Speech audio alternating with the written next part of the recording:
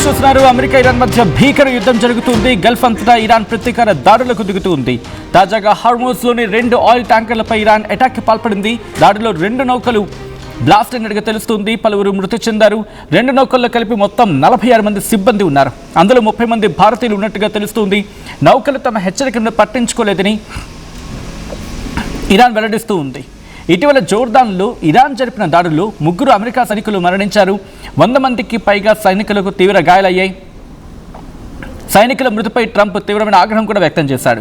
Iran భారీ మూల్యం చెల్లించాల్సి వస్తుందంటూ ట్రంప్ చెప్పుకొచ్చాడు. ఇన్ఫాక్ట్ వార్నింగ్ ఇచ్చాడు. ఇంకోవైపు సిరిక్, బందర్ అబ్బాస్, ఖేష్మి ద్వీపం, చాబహార్, కొనరెక్లలో అమెరికా మిసైళ్ల వర్షం కురిపిస్తూ ఉంది. ఇరాన్లోని మిసైల్ లాంచర్లు, డ్రోన్ స్థావరాలు, కంట్రోల్ సెంటర్ల లక్ష్యంగా అమెరికా దాడులకు పాల్పడుతుంది. దానికి సంబంధించిన బ్రేకింగ్ న్యూస్ చూస్తున్నారు. కొద్ది రోజులుగా ఈ 2 దేశాల మధ్య ఎటువంటి ఉద్రిక్త పరిస్థితులు నెలకొన్నాయో మనం చూస్తూనే ఉన్నాం. అయితే ఇప్పుడు రీసెంట్ అటాక్స్ గురించి మాట్లాడుకున్న సందర్భంలో టెహ్రాన్ గల్ఫ్ స్టేట్ మీద అటాక్కి పాల్పడుతుంది. ఇరాన్ తన రిటాలియేటరీ అటాక్స్ని కంటిన్యూ చేస్తూ ఉంది. ఇటు 10వ రోజు కూడా కంటిన్యూ అవుతూ ఉంది. మ్యాసివ్ ఫైర్ అనేది ఇటు మరి ముఖ్యంగా స్ట్రైట్ ఆఫ్ హార్మోజ్ దగ్గర టుక్ అన్ అన్సేఫ్ రూట్ అంటూ కూడా వాళ్ళు చెప్పుకొస్తున్నారు. అసలు ఏం జరిగిందంటే అన్రూట్ అంటే అటువైపుగా వెళ్తున్న మార్గం అంటే హార్మోజ్ స్ట్రైట్గా వెళ్తున్నప్పుడు వాళ్ళు మాకు చెప్పకుండా వెళ్ళారు. వాళ్ళు మాకు చెప్పకుండా వెళ్ళడం కారణంగానే మేము పేల్చేసామని చెప్పి వాళ్ళు చెప్పుకొస్తున్నారు. ఇరాన్కి సంబంధించి Islamic revolutionary guard corps. So ఈ క్రమంలోని ఈ అటాక్కి పాల్పడినట్టుగా తెలుస్తుంది. ఒకసారి దానికి సంబంధించిన దృశ్యాలు చూద్దాం.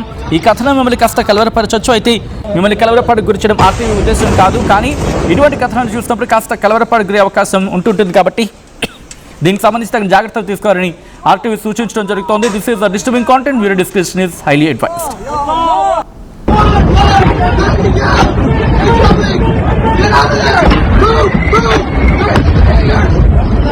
Jesus, they're everywhere! They're sweeping the whole base!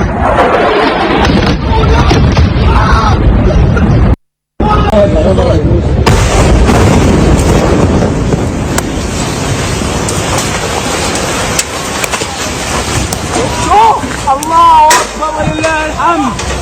الله يا الله أكبر ولله الحمد. شباب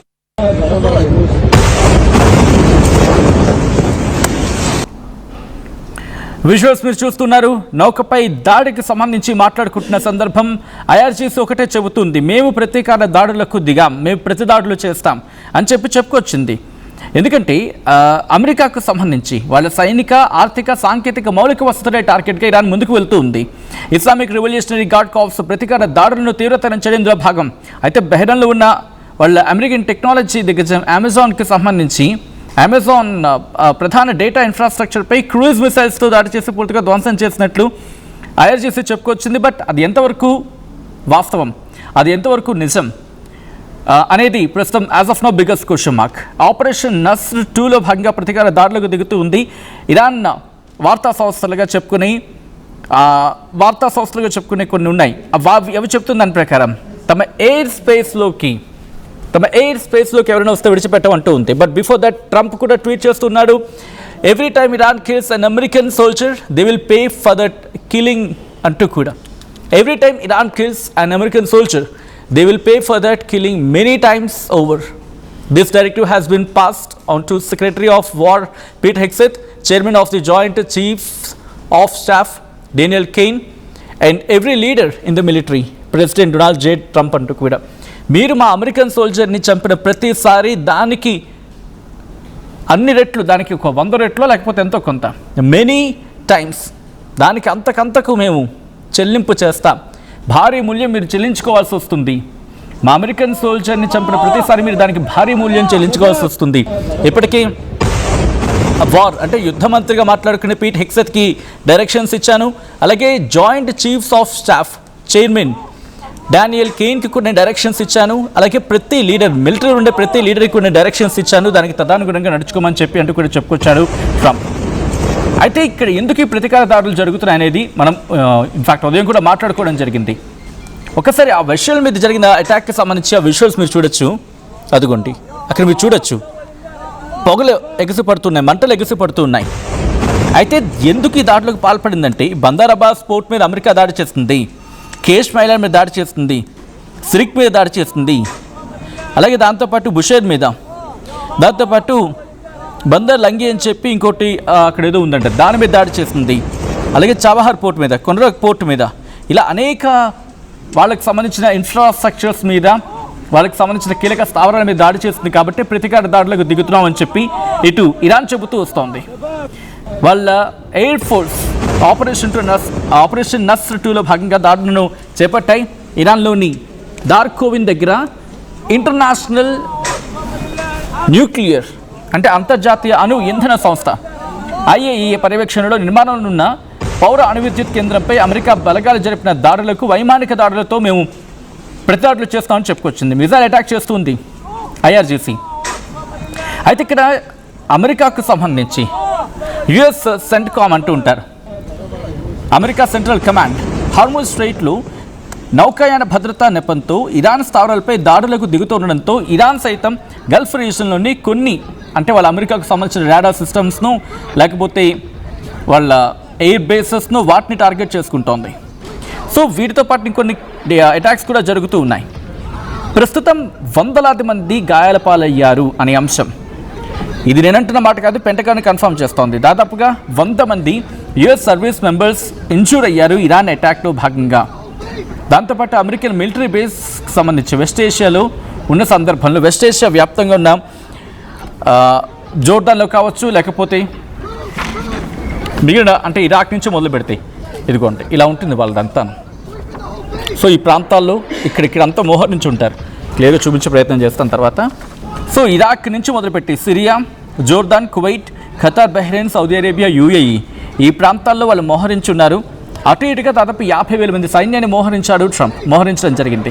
so ఈ నేపథ్యంలో వాళ్ళ మీద తీవ్రమైన దాడులు జరుగుతూ ఉన్నాయి. అమెరికన్ సైనికులు వందలాది మంది గాయపడ్డారని చెప్పి ట్రంప్ స్వయంగా చెప్పుకొస్తూ ఉన్నాడు. దాంతోపాటు ఇది కేవలం ఏంటిది, జూలై 7న స్టార్ట్ అయిన తర్వాత 96% ఇన్జూర్డ్ అయిన ట్రూప్లో ఆల్రెడీ వాళ్ళు డ్యూటీలో ఉన్నారు. మిగిలిన 4% పరిస్థితి ఏంటి అంటే 50,000 మందిలో, ఫర్ సపోజ్ ఇది 100 మందికి అంటున్నాడు కదా, అంటే 50,000 మందిలో 4% అనుకుందాం, పరిస్థితి ఏంటి, కనీసం 2,000 మంది ప్రమాదంలో ఉన్నారు. 50,000 మంది కదా అక్కడ, అంటే ఆన్ అండ్ యావరేజ్గా 4% అనుకుంటే కనుక. అయితే ప్రస్తుతం రిపోర్ట్స్ చెప్తున్న దాని ప్రకారం అయితే మాత్రం అఫీషియల్గా ఎన్ని మరణాలు నమోదైనది ఇంకా క్లారిటీ లేదు. బట్ ఒక 17 మంది మరణించారనేది వినిపిస్తున్నమాట. ఇంతవరకు అమెరికన్ బలగాలు ఇంతవరకు 17 మంది మరణించుంటారు యుద్ధం మొదలైనప్పటి నుంచి అనేది వినిపించే మాట. అయితే ఇక్కడ జోర్డాన్, ఇరాక్లో కూడా అమెరికా ప్రస్తుతం వాళ్ళ బలగాలను మోహరించింది. అయినప్పటికీ దాడులు జరుగుతూ ఉన్నాయి. ఫిబ్రవరి 28 నుంచి జరిగిన దాడుల్లో ఇంతవరకు చూసుకుంటే 17 మంది ఇంతవరకు మరణించారనేది వాళ్ళ లెక్కలు చెప్తున్నమాట. నిజంగా వాస్తవం నమ్మగలమా? యుద్ధం తీవ్రత అలా ఉంది. సో అటువంటి నేపథ్యంలో ఇప్పుడు భారతీయుల పరిస్థితి ఏంటి? As of now biggest question మా కింద మాట్లాడుకుంటున్న సందర్భం.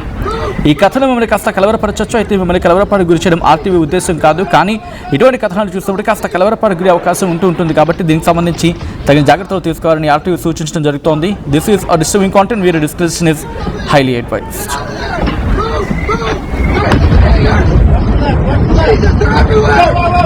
Sweeping the whole thing!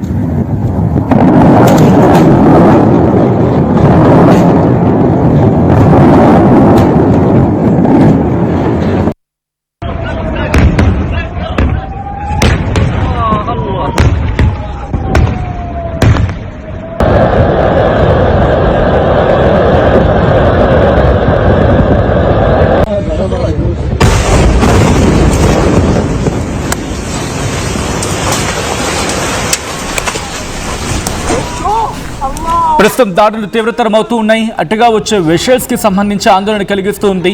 అయితే అక్కడ ఉన్న క్రూని వాటి మీద దాడైతే చేస్తాం, కానీ దాంట్లో ఉన్న క్రూని కాపాడే ప్రయత్నం చేస్తామని చెప్పి ఇస్లామిక్ రెవల్యూషనరీ గార్డ్స్ కార్ప్స్ చెప్తూ ఉంది. అంటే 2 వెషల్స్ ఎంతమంది ఉండుంటారు అనేది as of now biggest question mark. దీనికి సంబంధించి ఇంకా పూర్తి డీటెయిల్స్ తెలియాల్సి ఉంది. ప్రస్తుతానికి దాడులు తీవ్రతరమవుతూ ఉన్నాయి, ఉధృతమవుతూ ఉన్నాయి. వీటిని అదుపులోకి తీసుకొచ్చేందుకు తీవ్రంగా శ్రమించాల్సి వస్తుందంటే అర్థం చేసుకోవచ్చు ప్రపంచం. ఈ క్రమంలో ఇప్పటికీ ఆ ఇంపాక్ట్ కనిపిస్తుంది. ప్రపంచవ్యాప్తంగా ఆందోళన నెలకొనుంది. ఈ కథనం మిమ్మల్ని కాస్త కలవరపరచచ్చు. దీనికి సంబంధించిన జాగ్రత్తలు తీసుకోవాలని ఆర్టీవీ సూచించడం జరుగుతోంది. This is the disturbing content. Viewer description is highly advised.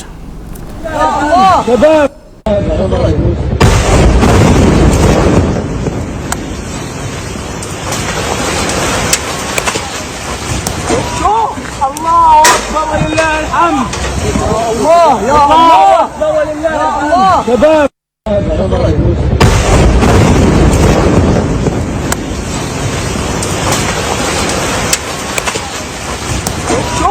الله أكبر ولله الحمد. ఎప్పటికప్పుడు నయా న్యూ ట్రెండ్ ని మనకు అందిస్తూ అప్పుడు ఇప్పుడు ఎప్పుడైనా మనందరి చాయ్ కిసాన్ ఫ్యాషన్ మాల్ వచ్చేస్తుంది మన ఈసీఎల్ కి జూలై 24న గొప్ప ప్రారంభం. అందరికీ నమస్కారం. నేను మీ అనసూయ భారద్వాజ్. ఆషాఢ మాసం సందర్భంగా మన కాసం ఫ్యాషన్స్ ఏపీ అండ్ తెలంగాణలోని 24 స్టోర్స్ లో సరికొత్త ఆఫర్స్ తో మీ ముందుకు వస్తుంది. అంతేకాకుండా ఈ ఆషాఢ మాసంలో మన ప్రత్యేకత కిలో చీరలు కొనండి, 1/2 కిలో చీరను ఉచితంగా పొందండి. I'm Dheeraj, a doctor and a photographer. I'm in fine art. At Anurag University, be everyone you dream to be.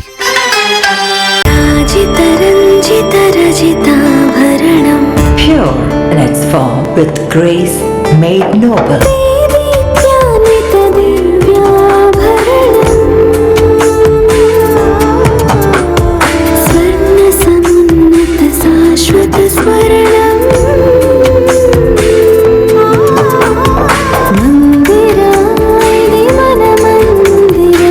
Mandira Premium Silver Jewelry by Manipali.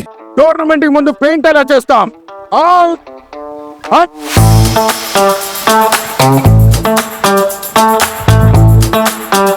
Plan అయితే చాలా బాగుంది సార్. స్టేడియం పరిస్థితి చూడండి. టోర్నమెంట్ ముందు paint ఎలా చేస్తాం? Techno paints ఉందిగా. Techno paints township, dam, stadium లేదా మనీళ్ళు పెయింట్స్ నుంచి పెయింటింగ్ వరకు పూర్తి సొల్యూషన్ కావాలంటే మేమున్నాం. కానీ సార్, టైం కి పూర్తవుతుందా? రోజుకు 23 లక్షల స్క్వేర్ ఫీట్ పెయింటింగ్ చేయగల సామర్థ్యం, 5,000 మంది స్కిల్డ్ లేబర్ టీమ్ మా వెంట ఉంది. 23 లక్షల? అవును. ప్రపంచ స్థాయి రంగులు, అద్భుతమైన షేడ్స్ తో భారతదేశపు అసలైన పెయింట్ మరియు పెయింటింగ్ శక్తిని నేనే. VR techno paints. Techno paints.